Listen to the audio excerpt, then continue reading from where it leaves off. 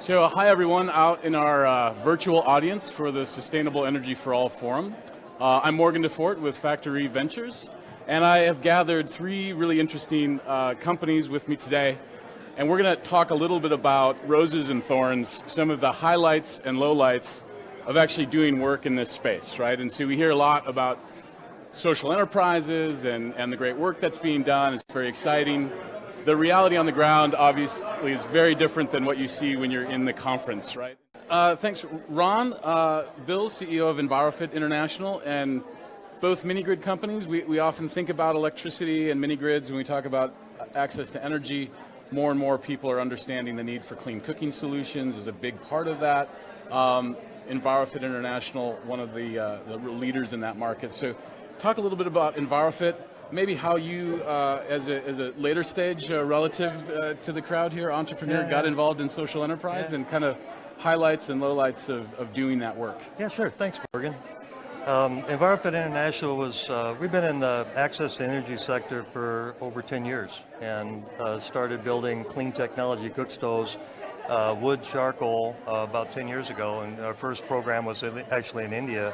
And now we've expanded that operations to India, East Africa, West Africa, Central America, Mexico, and are approaching 2 million stoves in distribution.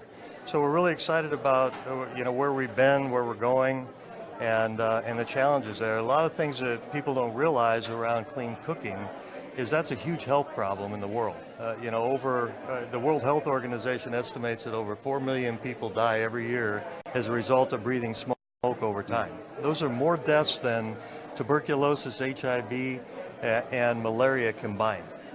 More than those three diseases combined. So it's a huge health hazard, and it's difficult to solve because in a lot of places where we work, there are not established power grids. There isn't LPG distribution. They're basically using wood or charcoal for their everyday meal. And you have choices in life on whether you turn lights off and on, but you don't have a choice in life on whether you're going to cook a meal and live, right? Yeah.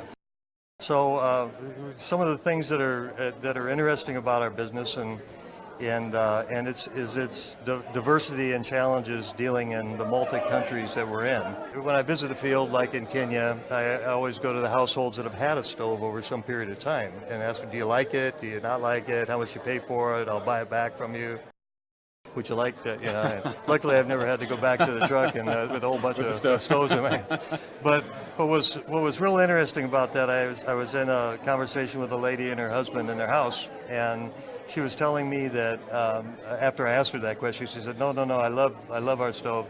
Was that she said they were able to save enough money over time. That they were able to save that money they were spending on charcoal and now spending on charcoal, and they were able to save enough to send their oldest son to high school and pay the fees. Wow. And she said it's the first time in her family's history that they've had somebody that was able to go to high school. Wow. And so that was a humbling experience, as you can imagine. Yeah.